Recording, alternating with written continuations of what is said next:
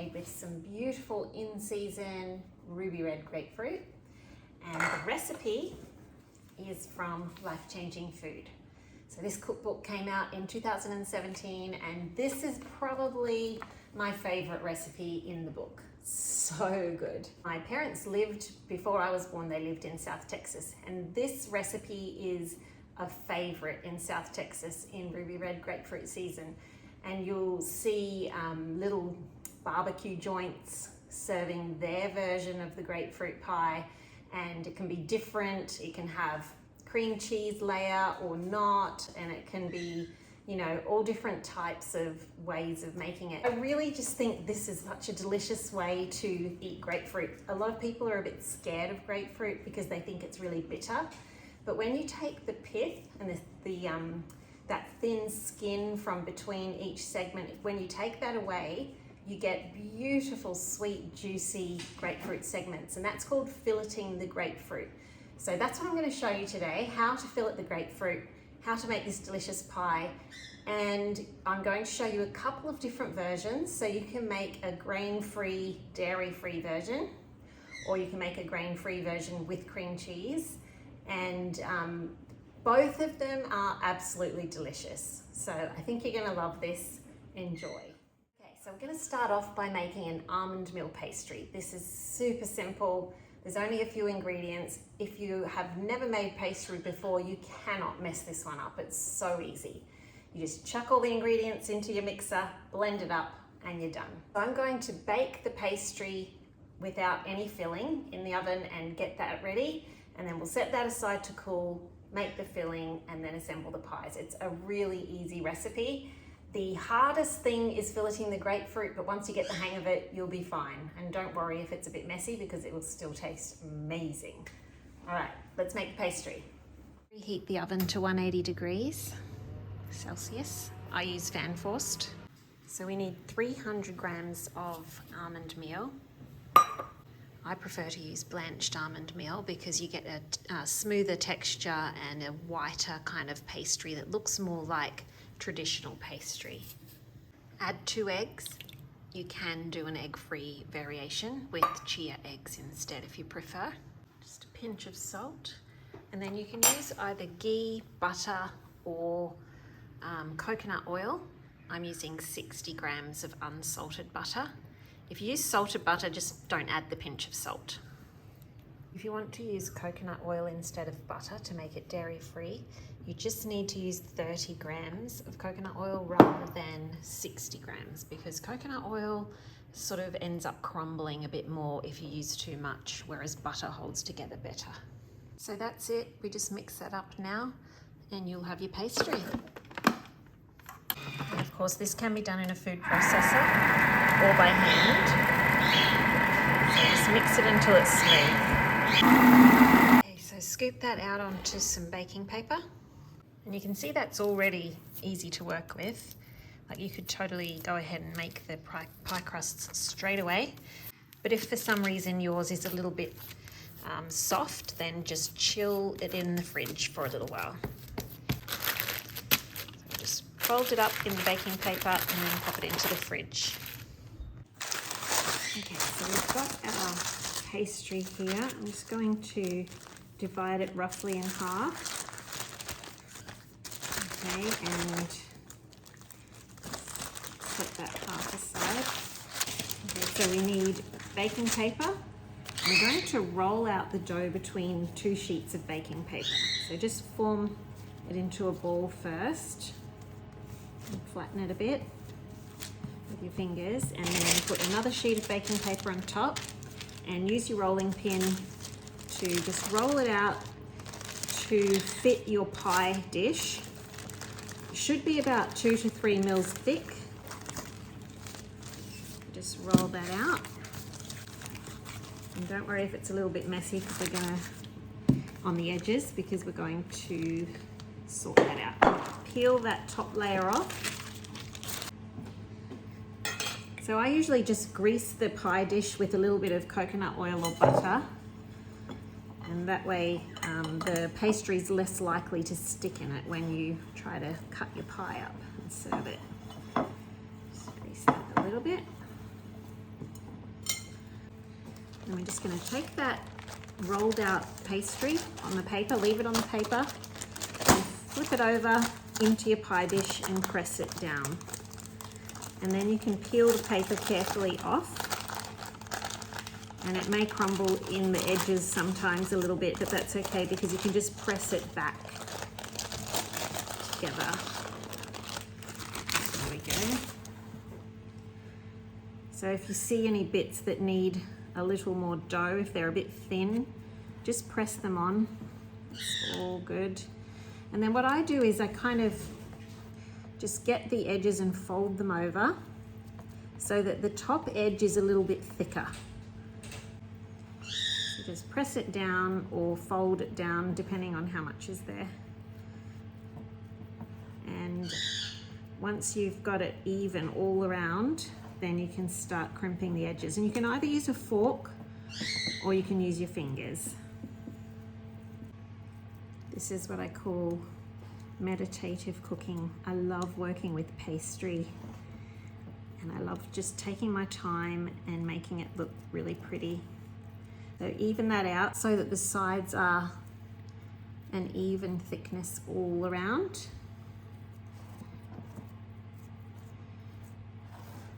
So you can see I'm just making sure it's not thicker in one section than another. And then just press the top down like this.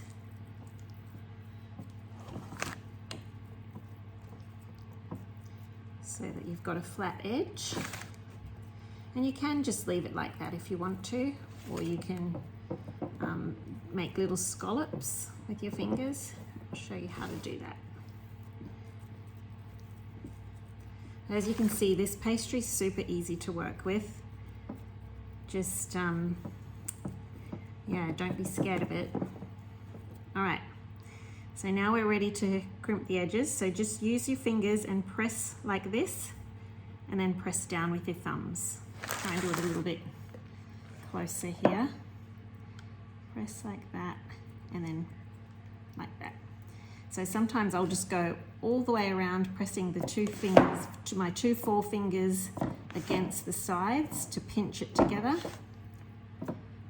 Like that.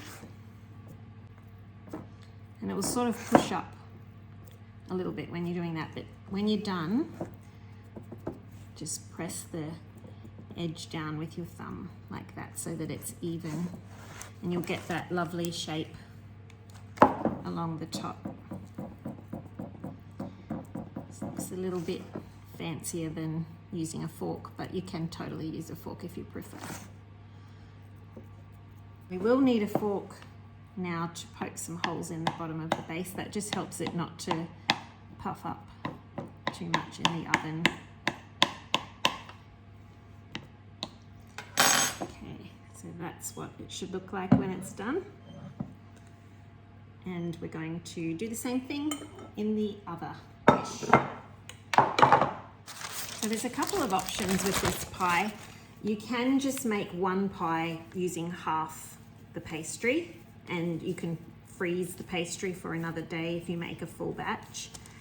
Or you can use a shallow pie dish and you can easily get two pies out of this recipe. You may need another grapefruit just to make sure you've got pretty fillets, but I usually can get two pies out of this recipe. In the book, I said one pie and then there'd be some leftover jelly, but yeah, depends if you want to sort of, you know, spend a bit more time and make two. I'd rather make two because then I've got one to share with friends and one to have at home with the family. And nobody ever says no to this pie. Peel the paper off. And I just use that paper again, so I'll just put that aside. I'm just going to do the same thing again with this one. I'll just show you this. If you find that your pastry is making holes like that and sticking to your fingers, it just needs to be chilled a little bit longer. So you can just pop that into the fridge for 5 or 10 minutes and then try again. One of the ways that I get around that is storing my almond meal in the fridge, but this batch I hadn't stored in the fridge. If you store your almond meal in the fridge or freezer, it's always cold and it's always ready to make instant pastry, and you don't ever have to chill it because it's already cold when you make it. See, that's sticking a little bit? That's all right, I'm just gonna soldier on and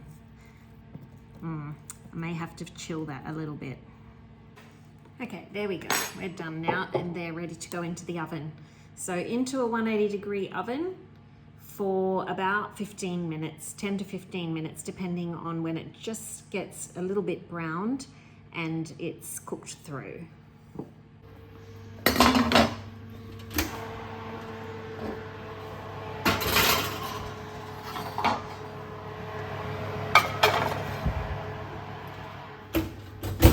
Okay, our next step is to fillet the grapefruit and juice some of the grapefruit and some oranges for the jelly. So let's go ahead and get that done. I've got lots of ruby red grapefruit because it is basically the season, and I know people with trees. My sister has trees, my neighbor has trees. I keep getting ruby red grapefruit given to me and I'm not complaining because I absolutely love it. So it's the perfect time of year to be making this pie. So now we're going to juice one of the grapefruit, and this is going to go into the jelly. We also need the juice of an orange. So you really need, oh, that's not an orange. Is it an orange? That is an orange. Look at that. It's beautiful. Must be a pink orange. Okay. So we're going to use the juice of an orange and the juice of a grapefruit for the jelly. If you don't have enough grapefruit, you can use all orange. If you don't have any orange, you can use all grapefruit. But I do like the mixture because it's a little bit sweeter than just grapefruit. So the recipe says half a cup of juice of each. I'm going to end up with more than that. I'm already at 1 1/3 cups.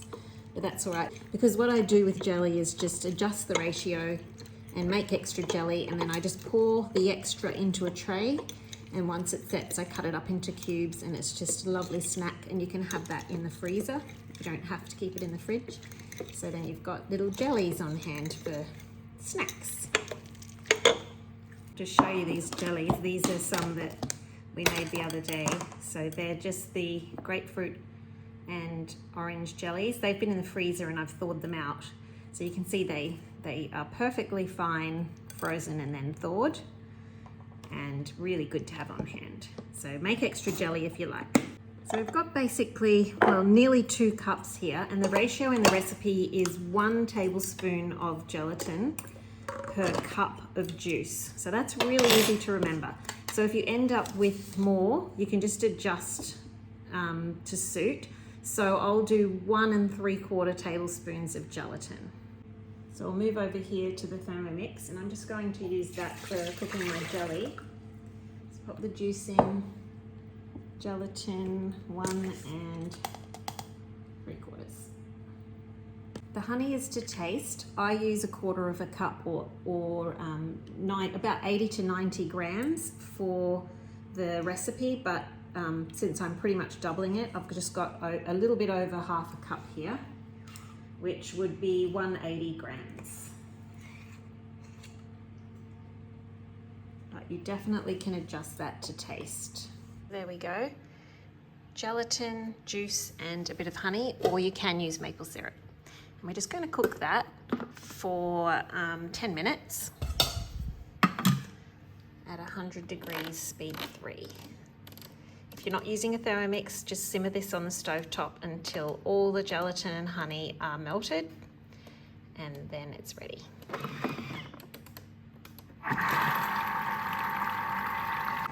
While the jelly's cooking, I'm just going to prepare the ingredients for the dairy-free cream cheese.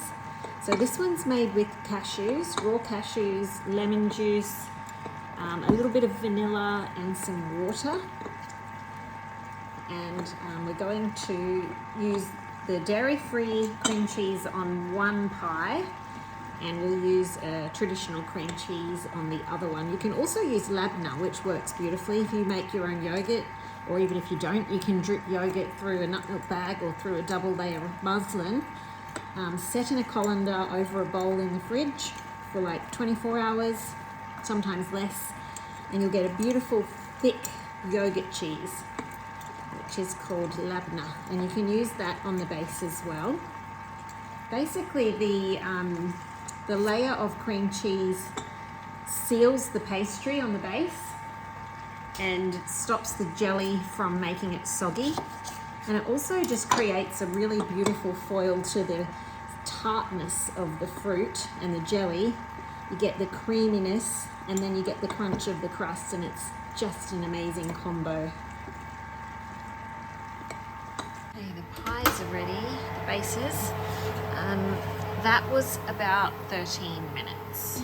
So you can see it's just starting to brown on the edges. You can turn the oven off now because we're not going to need that again. Just leave those there to cool down. Just show you this.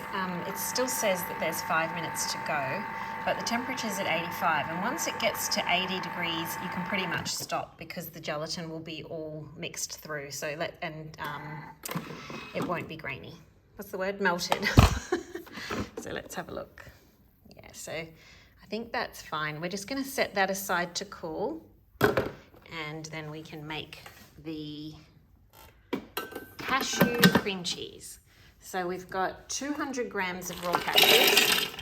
We're just going to mill those first. Let's just blend it up and mill the cashews. Usually about 10 to 12 seconds is enough. There you go, you can see that's all finely ground. And then we're going to add the lemon juice.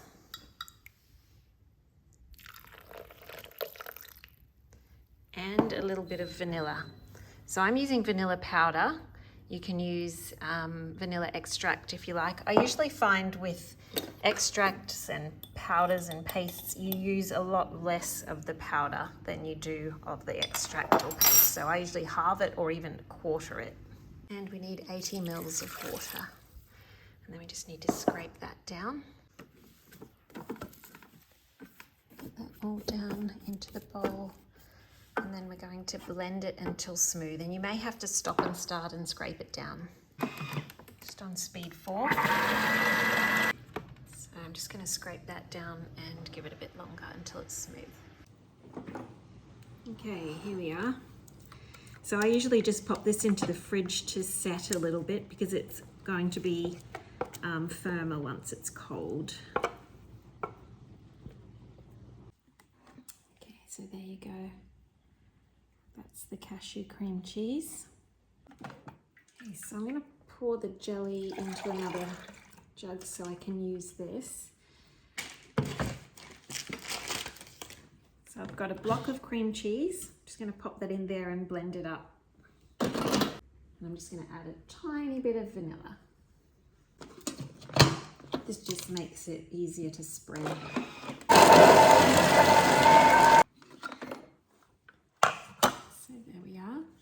We've got the 2 different cream cheeses. So we can go ahead and put those on the bases now. The bases have cooled down now.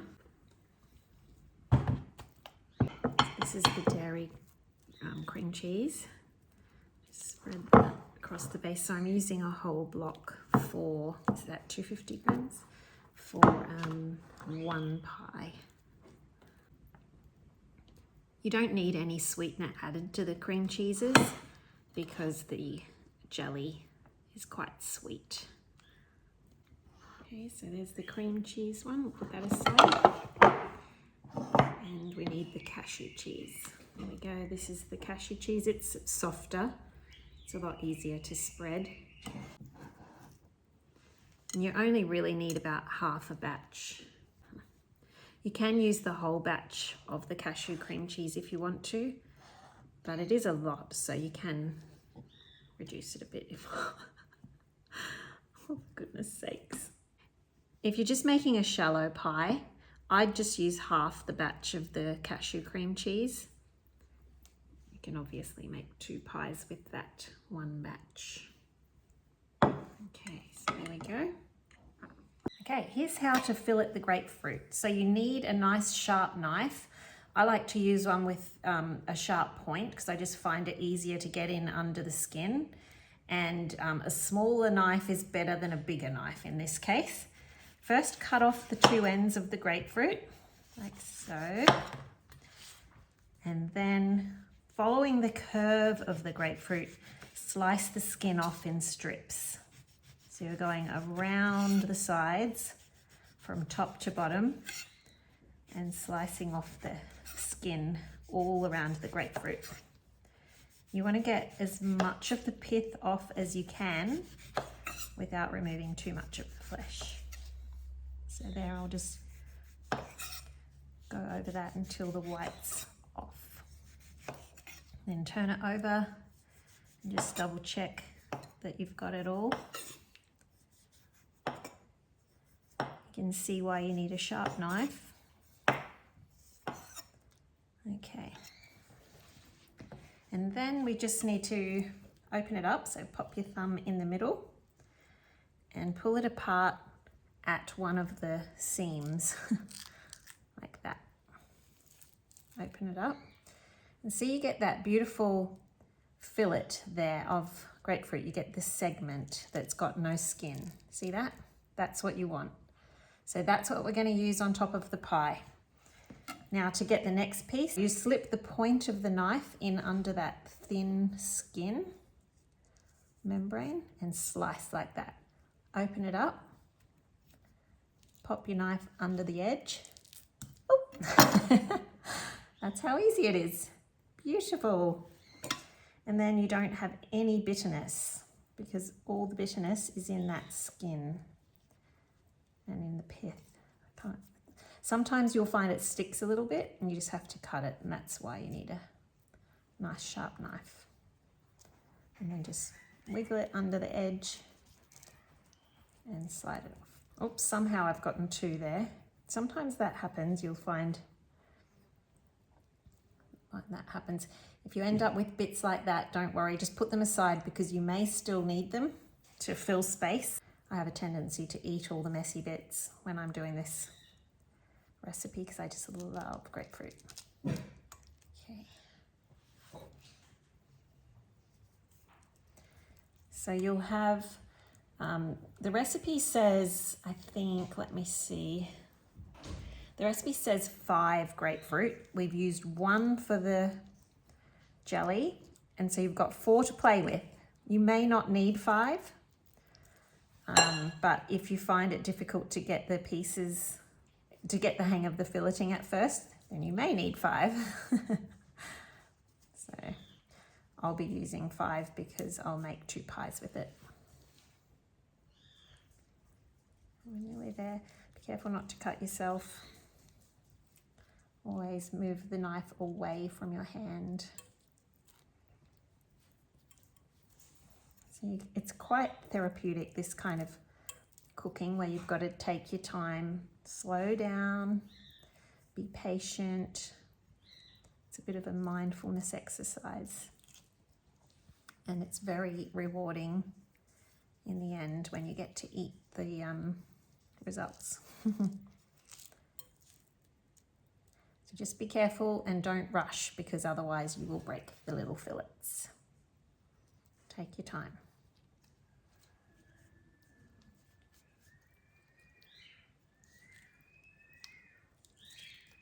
Okay.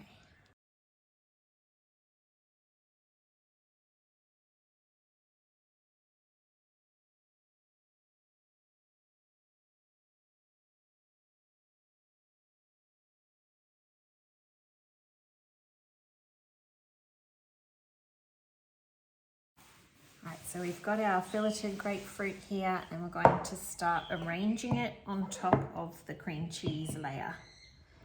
So just go around the edges first, like that, sort of tilting them as you go so that they're facing the center.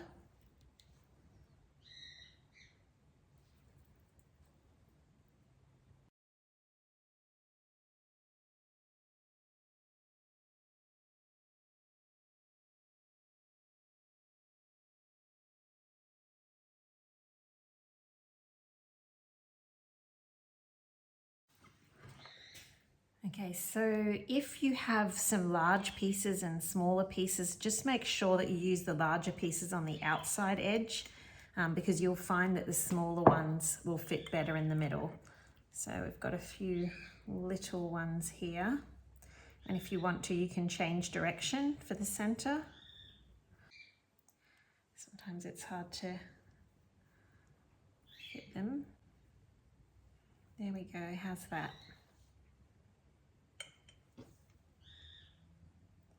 If you're using the cashew cream cheese, it's probably best to set that in the freezer to chill before putting the jelly on top. And now we just need to pour the jelly over. So get yourself a spoon and pour the jelly over the spoon so that it doesn't dig a hole into the cream cheese. Just helps it to drizzle on there a little bit more gently.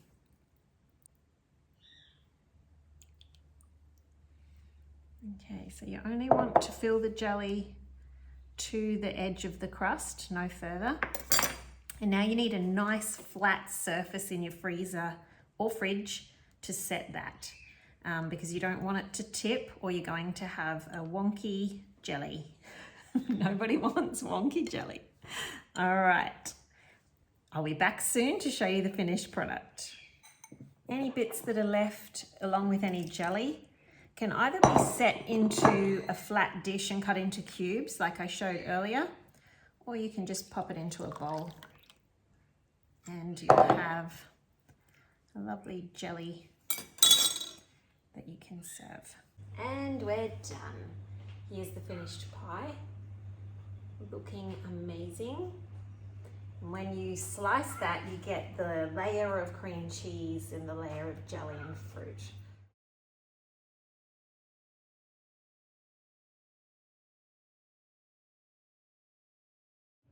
Thanks for watching, guys. I hope you enjoyed that.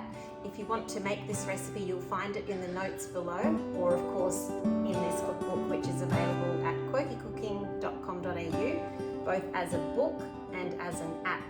All right, thanks. See you next week.